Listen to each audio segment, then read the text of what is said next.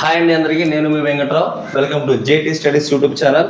So ఈరోజు TET and DSC టాపిక్లో భాగంగా భారతదేశం గురించి కొన్ని విషయాలు తెలుసుకుందామండి. సో ముందుగా మీ అందరికీ విజ్ఞప్తి ఏంటంటే, ఇప్పటివరకు మన ఛానల్ చాలామంది ఆదరిస్తున్నారు. అలాగే మా యొక్క ఛానల్ని ఇంకా గ్రోత్ అవ్వడం కోసము మీకు ఏదైతే టాపిక్ కావాలో ఆ టాపిక్ని కామెంట్ రూపంలో తెలియజేయండి. దానికి సంబంధించిన పూర్తి సమాచారం నేను మీకు ఇవ్వడానికి ప్రయత్నిస్తానండి. అలాగే ప్రతి ఒక్కరు కూడా మా ఛానల్ సబ్స్క్రైబ్ చేయండి.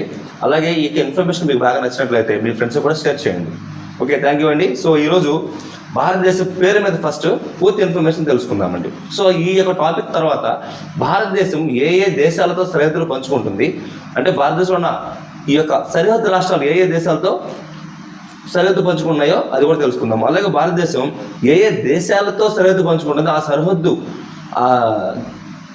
గీతలను లేక ఆ సరిహద్దు ప్రాంతాలు ఏమని పిలుస్తారో కూడా నెక్స్ట్ క్లాస్లో మనం తెలుసుకుందామండి. సో ఫస్ట్ భారతదేశం. సో భారతదేశానికి ఆ పేరు ఎలా వచ్చిందండి?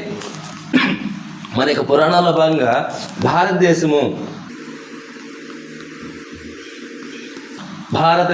సో భారతదేశాన్ని మన ఇతిహాసాల ప్రకారము భారత చక్రవర్తి అని ఒక చక్రవర్తి పరిపాలించేవాడు కాబట్టి భారతదేశాన్ని భారతదేశం అని పిలిచారండి. సో రెండో విధంగా ఇంగ్లీష్లో ఇండియా అంటారు. ఇండియా.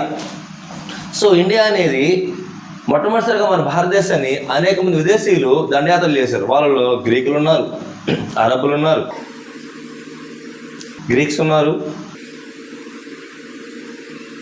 అరేబియన్స్ ఉన్నారు, అలాగపోతే ఇంగ్లీష్ వాళ్ళు కూడా ఉన్నారు.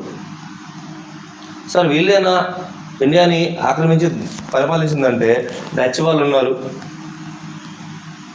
పోర్చుగీస్ వాళ్ళు ఉన్నారు, అలాగే ఫ్రెంచ్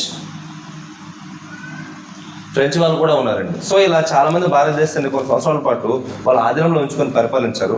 సో ఇలా ఫస్ట్ టైం మన భారతదేశం మీద దండయాత్ర చేసింది ఎవరంటే గ్రీకులు అండి. అలాగే అరేబియన్స్ కూడా చేశారు. సో వాళ్ళలో డేరియస్ 1, డేరియస్ 2,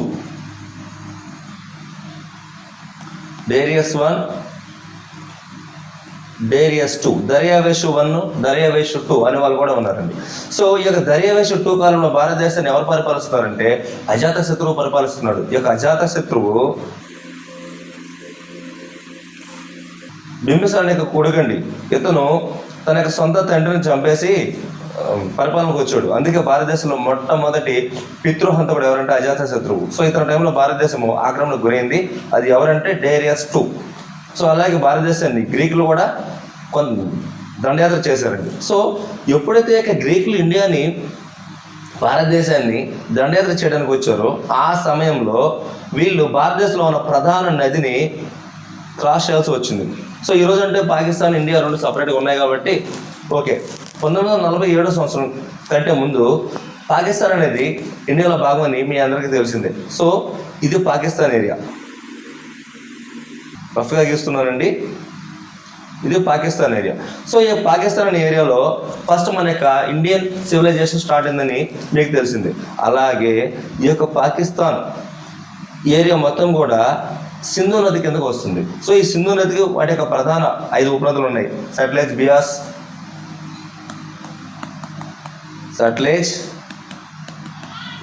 బియాస్, రావి, చీనాబ్,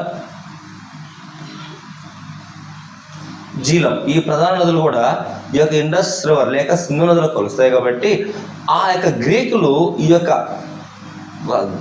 ప్రాంతాన్ని ఇలా దాటి ఇండియాలోకి రావాల్సి వచ్చింది. అప్పుడు ఈ యొక్క ప్రాంతం మనము మన పేర్లో తెలుగులో సింధు ప్రాంతము. సో వీళ్ళు ఆ యొక్క నదిని వాళ్ళ భాష పరంగా ఇండస్ అని పిలిచేవాళ్ళు. ఎవరిని పిలిచేవాళ్ళండి? ఇండస్. అందుకనే భారతదేశాన్ని ఆంగ్ల పరంగాను గ్రీకు పరంగాను ఇండస్ అని స్టార్ట్ చేస్తూ ఇండియా అనే పదము ఇక ఇండస్ వర్డ్ నుంచే వచ్చిందండి. సో అలాగే భారతదేశానికి హిందుస్థాన్ అనే పేరు కూడా ఉందండి. హిందుస్థాన్ అనే పేరు కూడా ఉంది. సో ఇది హిందుస్థాన్ అనే పేరు ఎలా వచ్చిందంటే క్రీస్తు శకం 712 ఒకసారి చూడండి. మళ్ళా క్రీస్తు శకం 712లో మొట్టమొదటిసారిగా భారతదేశం మీదకి దండయాత్ర చేసిన ముస్లిమ్స్ ఎవరు? మహమ్మద్ బిన్ ఖాసిం.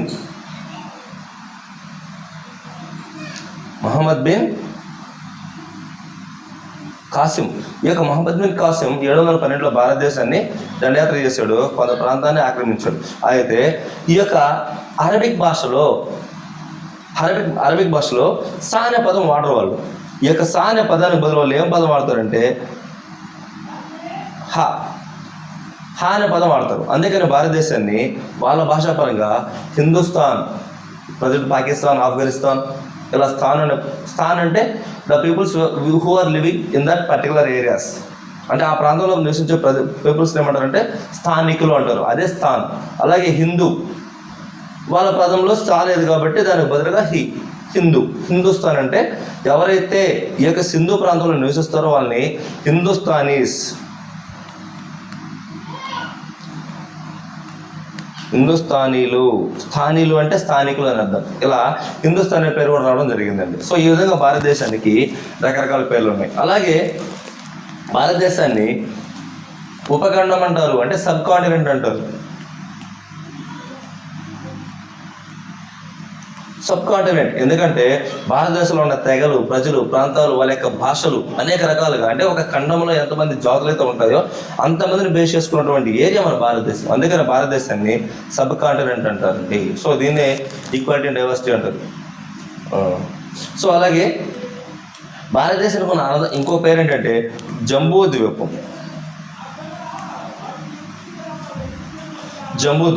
సో భారతదేశం దేనికి ఫేమస్ అండి? పురాతన శాస్త్రాల ప్రకారము నేరేడు పళ్ళకు ఫేమస్ అండి. అందుకని భారతదేశంలో మాత్రమే ఈ యొక్క నేరేడు పళ్ళు దొరికేదంట. అందుకని భారతదేశాన్ని ఏమని పిలిచారంటే జంబూ ద్వీపం అని పిలిచారు. సో ఈ విధంగా భారతదేశానికి అనేక నామాలు, అంటే అనేక పేర్లు వివిధ భారతదేశం యొక్క చుట్టుపక్కల ఉన్నటువంటి ఏరియాల వల్ల రావడం జరిగిందండి. సో ఈ విధంగా ఈ యొక్క భారతదేశానికి భారతదేశం, ఇండియా, హిందుస్థాన్, జంబూ ద్వీపం, ఉపఖండం, ఇలా అనేక రకాల పేర్లతో పిలిచారు. సో మళ్ళీ ఒకసారి చెప్తున్నానండి, మా ఛానల్ మళ్ళీ ఆదరించండి, సబ్స్క్రైబ్ చేయండి, మీకు ఫ్రెండ్స్కి షేర్ చేయండి. సో నెక్స్ట్ వీడియోలో మనము భారతదేశము ఏ ప్రాంతాలతో ఏ దేశాలతో సరిహద్దులు పంచుకుంటుంది, భారతదేశంలో ఉన్న రాష్ట్రాలు ఏ దేశాలతో సరిహద్దులు పంచుకున్నాయో తెలుసుకుందామండి. Thank you.